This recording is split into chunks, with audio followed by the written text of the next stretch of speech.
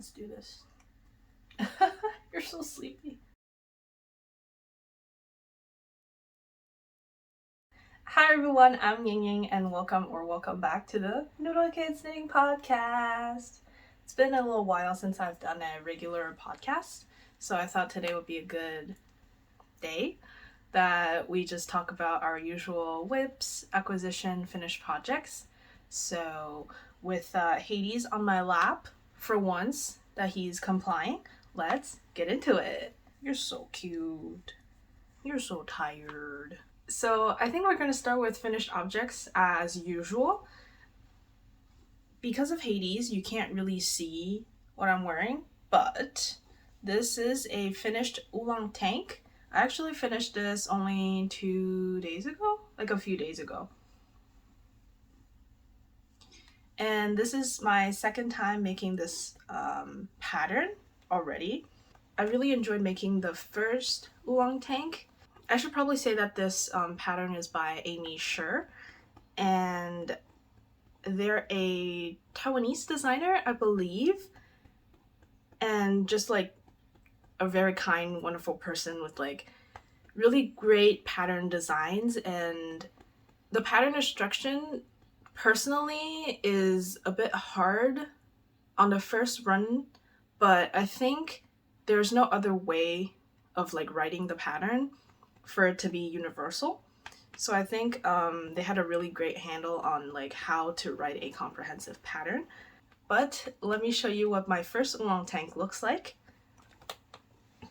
If you follow me on Instagram, which you should, and the link is down below, you would have already seen my first Oolong tank. This is Hades. You're video bombing my podcast. I know that you're the star here and everyone loves you, but I kind of have to do something here. So can you gently just sit down? So this is my first Oolong tank. And this is made with Explorer Knits Ice Cream Social Collection Extra Sprinkles. This is a leftover that I had from my Oslo sweater. I've shown my Oslo sweater in my previous podcast. I'm gonna link it. But I had about a skein and like 15 grams left over. So I decided, I could probably make like a summer tank. Thus born my Oolong tank. I really like the lace design. I first saw the Oolong socks also by Aimee Sher. I think it was in collaboration with the Wandering Flock, but it was a pair of socks with the same lace pattern, and it also has a ruffle in mohair, I believe. And I really like the design of the lace, so when they came out with the Oolong tank, I bought the pattern and I started it fairly quickly. This only took, I don't know, a few days. I should probably check on my Ravelry and I'm gonna put it on the screen. My link to my Ravelry project is also in the description, so if you're interested, you should check that out. So the pattern is made bottom up. I usually don't like making bottom up patterns because I can't really make the pattern to the desired length, even though, yeah, you can try it on, but it's not very accurate if you don't know exactly how deep the top part is gonna be. Sorry, this tank is a bit in like shamble. There's like pills everywhere because I've already worn it, but it turned out all right. I have shortened the body about an inch and the ribbing about half an inch. The ribbing is just because I was tired of doing twisted rib, so I moved on to the stockinette. But for the body, I had to shorten it because I was afraid that I wouldn't have enough yarn. I started this project knowing that I probably would run out of yarn, but I actually finished all of the yarn that I have, so I have no more of this Explorer Knits yarn. And I literally finished and weaved in all my ends, and I have this much left. Like a solid 2 centimeters. So that was pretty satisfying, finishing with 0 yarn left basically. And it turned out pretty good. I like the length. It's like a little bit short, but it's alright. The pattern is already a little cropped, but since I wear mostly high-waisted stuff, it should be alright. But overall, very well written pattern, very enjoyable experience. As you can see, I have made a second one already. And I have also modified the armhole to have I-cord edging instead of a ribbed finishing. Aimee commented on my Instagram post saying that they really like the choice of I-cord, and saying that with the choice of yarns being wool, they would also do a I-cord instead of a ribbing. But personally, doing the I-cord is because I A, was running out of yarn, and B, when I tried on the tank, the armhole was fitting pretty good, so I didn't want it to make it smaller with the ribbing edge. That's why I decided to do the I-cord. And turned out I like the I-cord edging better in terms of look than the ribbing, so I also did an I-cord on my second one. Which, talking about my second one, I'm also gonna insert try-on footage of this, but I'm gonna like attempt to get up a little bit. So here's my second one. It's a yellow version. This actually used 2 skeins of fingering yarn and fingering weight yarn, and I have a little bit left over of each. So the bottom color is Sunflower Field by J'adore Fiber. It was a one of a kind a long time ago. I believe like 2 years ago actually, and I haven't seen a similar color in her shop. But so I've been just like waiting because I didn't want to make another pair of socks, because at first when I purchased from J'adore Fiber, this is the first order that I've bought from her, I got a bunch of like one of a kind, and they're single skeins, and I didn't know what to do with them instead of socks. Well, I didn't know what to do with them other than socks, so I just left it in my stash.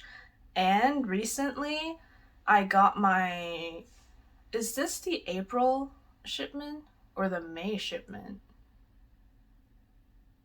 I think this is the May color in the sock train from Lichen and Lace, so the top one, and it's called Dandelion Dreams. And I think the yellow matched pretty well. It has different speckles, but the yellow matched pretty well in terms of the tone. So I decided to make a gradient for this top since summer yellow, and I just feel like it will work pretty well, and indeed it worked pretty well in my opinion. This is a size bigger than my first one, so this is size C, and the other one is size B. I think both fits pretty well in terms of like just the top of the body. Size B is a bit more fitted onto me, so I have a little bit less positive ease. I think like 1 inch. This probably about like 2 to 4 inch, I think. So it's just the body is a bit wider, but the top part, like the V-neck, is not too deep, and the armhole is still fairly, like, not tight, but like well fitted, if I can say. Just overall, I really enjoyed like making this pattern, and because of the lace, I would want to like keep going. The top part where there's like German short row is a bit challenging technically, but if you have like the correct amount of stitches, you should be fine. I think I've babbled long enough about this pattern. We're gonna move on. This is actually these are my 2 finished objects. I have no more because in summer I'm just like more in a slump, since sweaty hands doesn't really do well with knits.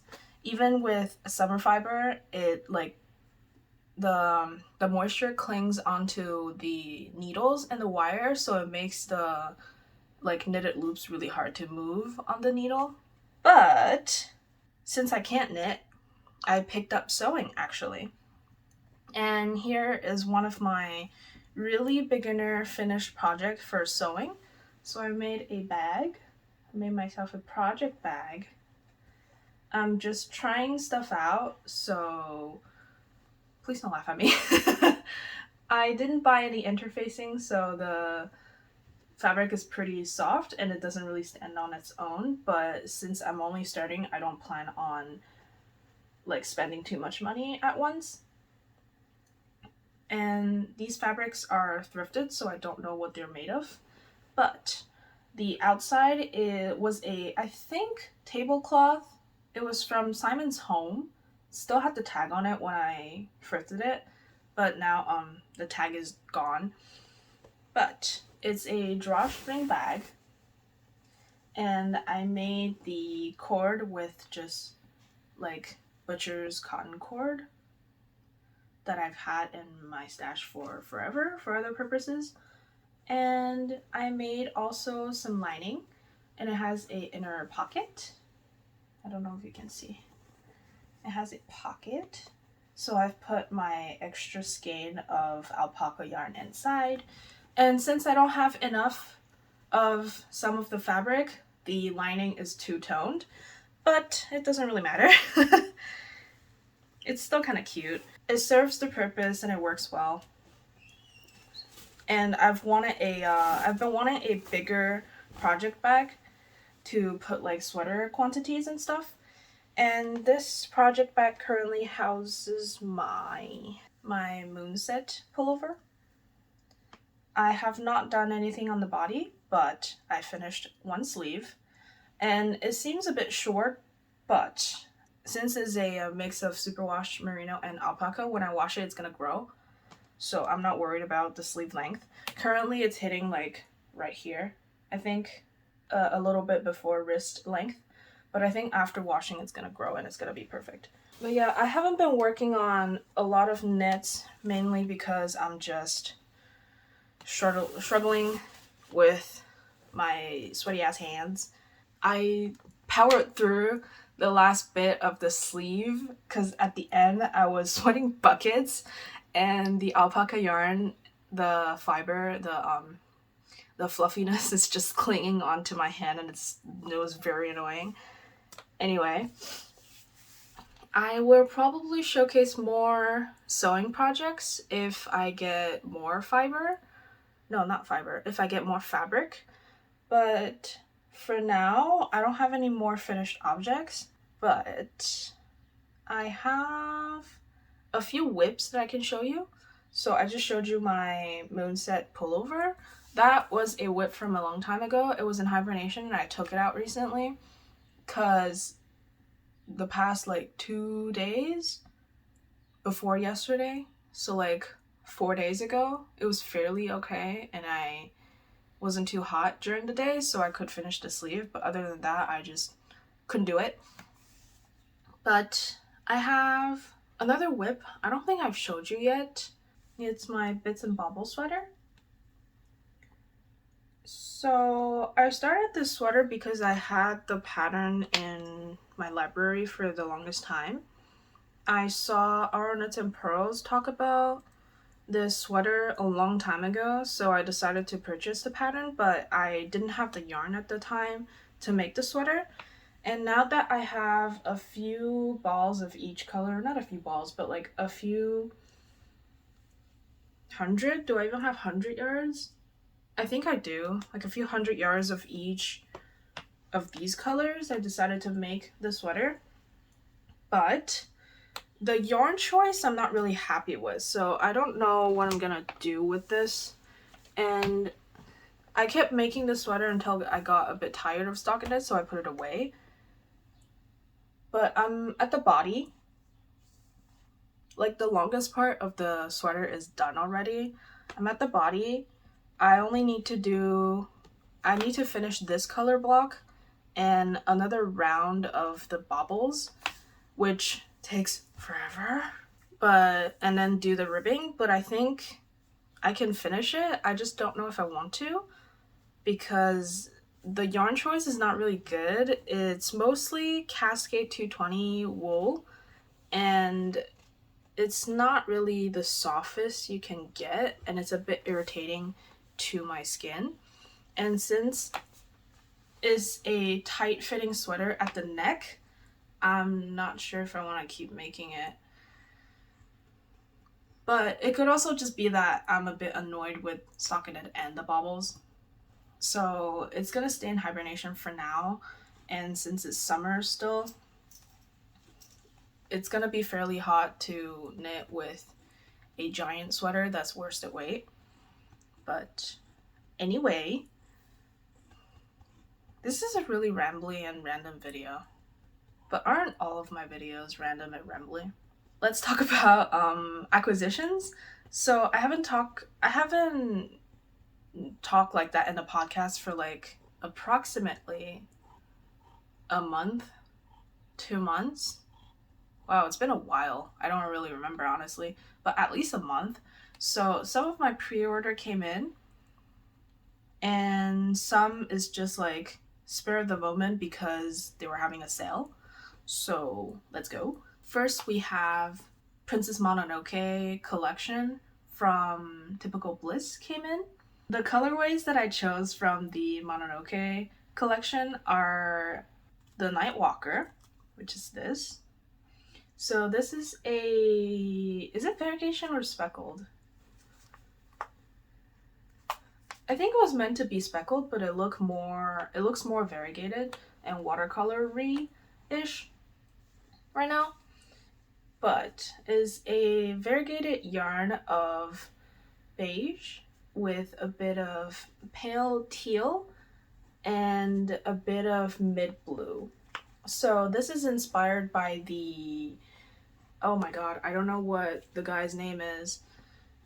It's like the creature that is like, it heals but it also takes away life in Princess Mononoke, and it's at night it turns into this transparent blue spirit that's like super huge, and it's called the Nightwalker. I'm gonna put images so you know what I'm talking about if you've seen the movie. Also, Princess Mononoke is like my favorite movie from the Ghibli collection, so I felt like I had to get it. Don't do that. But yeah, it was more speckled on the website, but I'm not mad about it because I'm planning on making a like winter sweater with this. I got a worsted weight sweater quantity, and I wanted to make the Lichen pullover by Strickachik. So yeah, I think it's gonna look good because even in the sample knit that Samantha from Strickachik, she has a white version with like a bluish spickle. So I think it's gonna look good in the pattern. And the other thing from my Mononoke pre-order is this. So this is Lady Eboshi, and it's like a deep-ish denim blue with like a hint of purple. Oh my god, stop eating metal, dude. Why are you eating metal? And this is inspired by Lady Eboshi's cape, which is basically the same color. And I got this in a eco fingering. So the color is not as deep as it would be on a superwash, but I wanted to try a eco fingering weight. Eco merino. So I got this to try it out. And I think the color is really nice. It's like one of the few colors in tonal that I like. And I think because it's hand dyed, the tonal would look really nice as a garment. Okay, this looks basically like the same color as Lady Eboshi, but I swear to God, it's not. It's not the same color. But this is Sami by Amano, and this is a summer yarn. It's 100% Peruvian Pima cotton, and I've wanted to try this yarn for a while. This is a sport weight yarn, and the color is sugared violet, and it's a mid like blue with purple undertone. So a bit lighter than Lady Eboshi, but it's not the same color. It's a bit desaturated compared to Lady Eboshi. You can see. But yeah, I think I'm just like more drawn to like this blue purple color than the other summer color at this time. Like I haven't made a pink thing, even though usually I really like pink, but my recent acquisitions are mostly more cool tone color actually. So I'm not sure what to make with that. I'm tempted to make a summer top for my mom, but I'm also tempted to just make a summer top for myself since I've not tried this yarn before. I only have 200 grams, so it's only going to be enough for one garment. I don't know what to make with it. We'll see. So next, I'm going to talk about it in basically together. Oh my god, it's undone. Why are you like this? So I bought these yarn thinking that I would make a partner pullover by Lydia Morrow. And this is from Hidden Pond Yarns. So she's actually a dyer from Quebec, the province where I live in Canada. And I've always wanted to buy from her, but I haven't had a chance until now. And she carries literally such a huge variety of like tonal colorways. You could find a pretty good match if you're thinking of a color in your head. So this is actually a attempted dupe that I was trying to find for another color from J'adore Fiber. And I think this works pretty well. It looks pretty much the same online on the image. And this is the color Lucky Lilac, which I wanted to pair with J'adore Fiber Cinnamon Roll. And I think these would make a really great partner pullover. And I want to make the swiggly version. I just haven't started yet. I have too many whips that I don't know what to do with. But J'adore Fiber was having a sale. I think it was 20% off the spring clear out sale or something. So I got this, and I wanted to get the colorway Hydrangea, I believe it's called, or Sweet Dreams. I don't remember which one, but it was a very, very similar color to this. I think J'adore Fiber's version is a little bit pinker and more saturated, a tiny bit more saturated. So this is a bit more cool tone, but I think it's still pretty much almost the same, and it would work well together. Anyway, I'm excited to start these. I just have to finish a bunch of stuff that I have already currently. I've been on a kick about finishing stuff because I have put down a bunch of stuff, and wow, I say stuff a lot. Take a shot every time I say stuff.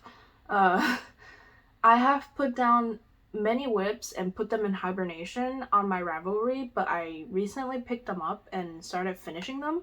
So if I can finish a few more, I'd probably start the partner pullover, but it's gonna be a long project since it's a all over colorwork sweater and is bottom up. I didn't realize that it was bottom up. I thought it was top down since the other hi. Editing Ying Ying here. I was seriously blanking out, so I'm just gonna add an explanation in editing. I was talking about the Rumble tee. So it's a fingering weight top down tee by Lydia Morrow, and it has the similar color work pattern. So I thought it would also be top down, but turned out it's bottom up. Anyway, back to the video. So we'll see. I've never made a bottom up raglan. I saw a lot of people make it, and the result just looks really good. That was a very rambly video. I don't know. First video after like a month of not doing a podcast. Feels a little unnatural, but I hope you enjoy. Let me know in the comments what you're making recently, what you've bought recently, or what you are doing that makes you happy recently. I will see you next time. Stay safe, drink a lot of water, and